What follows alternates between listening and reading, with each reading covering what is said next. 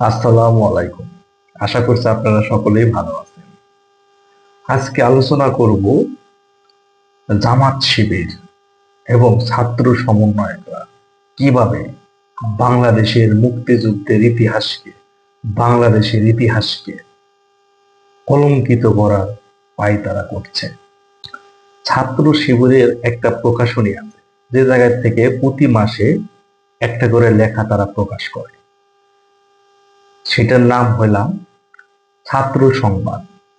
সেইখান থেকে এইবার একটা লেখা ছাপাইছে, সেটা হলাম ডিসেম্বর থেকে জুলাই বিজয়ের রক্তাক্ত অধ্যায়।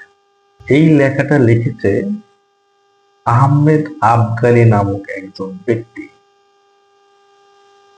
আপনারা কি দেখতে পাচ্ছেন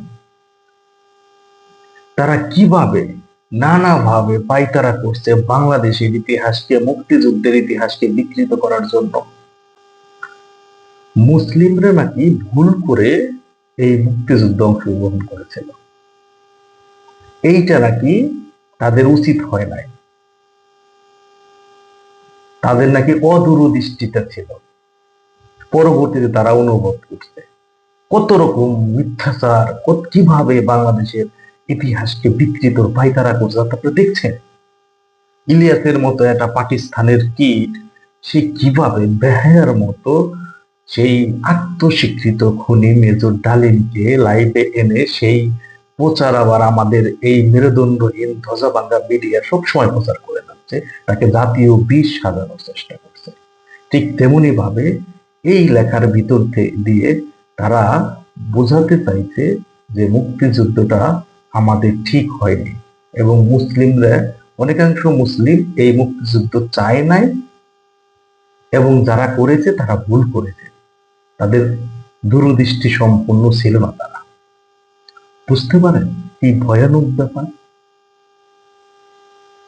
এবং সেখানে আরেকটা কথা লিখছে যে 15ই আগস্টের পর, পট পরিবর্তনের পরে আবার রেডিও টেলিভিশন সকল জায়গায় ইসলামের প্রচার ফিরে আসে। তার মানে কি এইটা কি 15ই আগস্ট 1975 সাল ঘটনাটা কি এদের কাছে একদম মানে বৈধতা পেয়ে গিয়েছিল, ম্যান্ডেট পরিণত হয়েছিল? এই লেখাটা তাই প্রমাণ করছে। 16ই ডিসেম্বর হাসনা জামাতের একটা প্রোগ্রামে দেখিয়ে বলেছিল জামাত যে মুক্তিযুদ্ধে অংশগ্রহণ করেনি সেটা নাকি ঠিক ছিল। একটু শুনে নেন। সাথে ইন্ডিয়া যুদ্ধ করেছে এবং ইন্ডিয়ার বিজয় হয়েছে। তার মানে তৎকালীন সময়ে যারা পাকিস্তানের পক্ষে ছিল, তো তার মানে তাদের অবস্থানটা তাহলে সঠিক ছিল।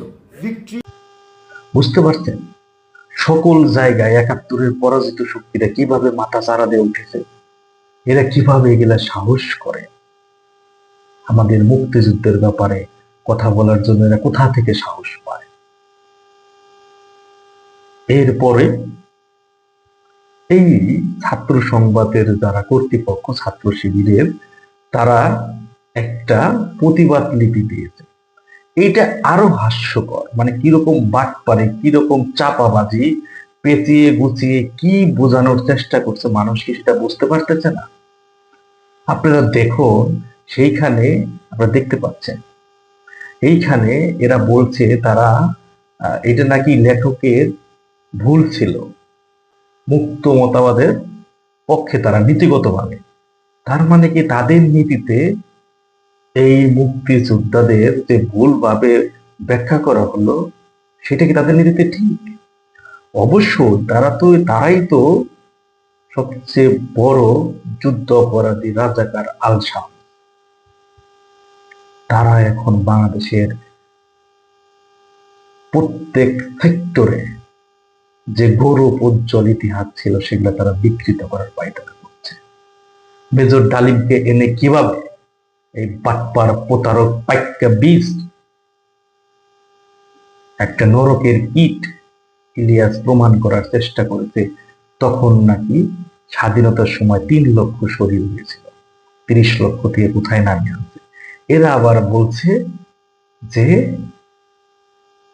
এরা তাদের নীতিগতভাবে ঠিক আছে, এবং কি বিবরণ করলো সব তো আপনারা শুনলেন।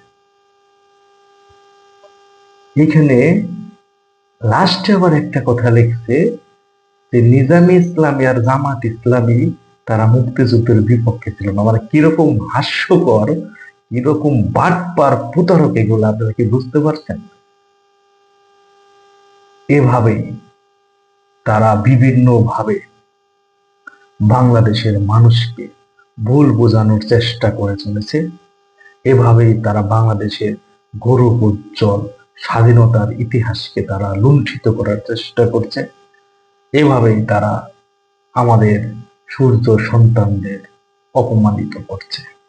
আসুন আমরা সকলেই সচেতন হই, এই অশুভ, এই ৭১-এর পরাজিত শক্তিদের চিরতরে বাংলার মাটি থেকে নির্মূল করে দেই।